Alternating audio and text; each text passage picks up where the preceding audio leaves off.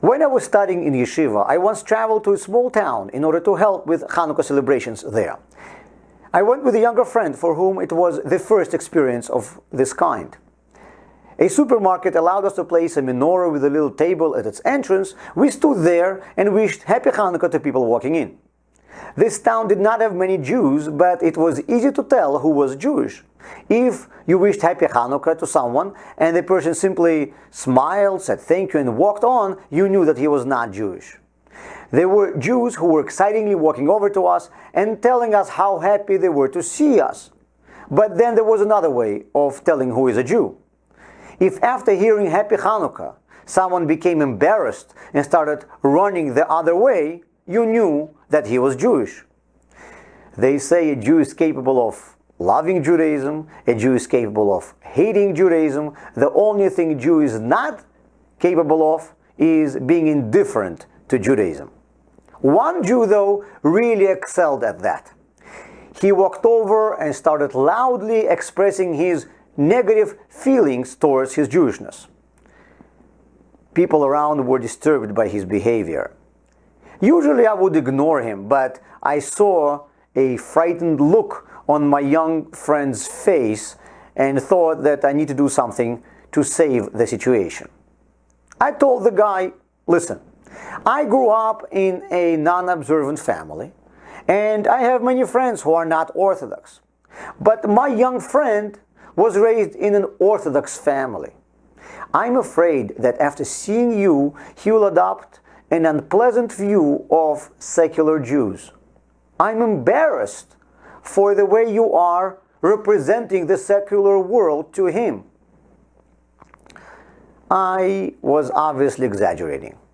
My friend saw many non-observant Jews before, but my trick worked. The guy calmed down and even apologized. The idea I shared with him was new to him, but this is something that every Jewish Orthodox child hears from his parents every single day. In Jewish observant homes, kids are always told that they represent the Jewish community, or at least the Jewish Orthodox community, to the people around them.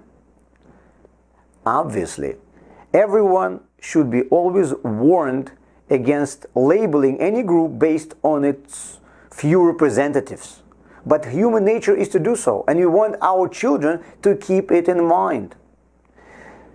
This way, even young children are taught the sense of responsibility for their community. This way, they are told that they are always representing something bigger. They grow up with a feeling of belonging and pride. Unfortunately, the secular world that considers itself a melting pot where every group loses its individuality does not give its children this opportunity. Many children nowadays grow up without any feeling of belonging to anything, and psychologists say that it has a negative effect on them. The sense of identity is crucial for every child, and educators notice that most of modern children are growing up without one. Parents are complaining that children are growing up without a notion of responsibility for others. Judaism gives people a sense of belonging, a sense of identity, and responsibility. Torah teaches us that all Jews are responsible for each other. And even a small child knows that he is responsible for his people because he represents his people to the greater world around him.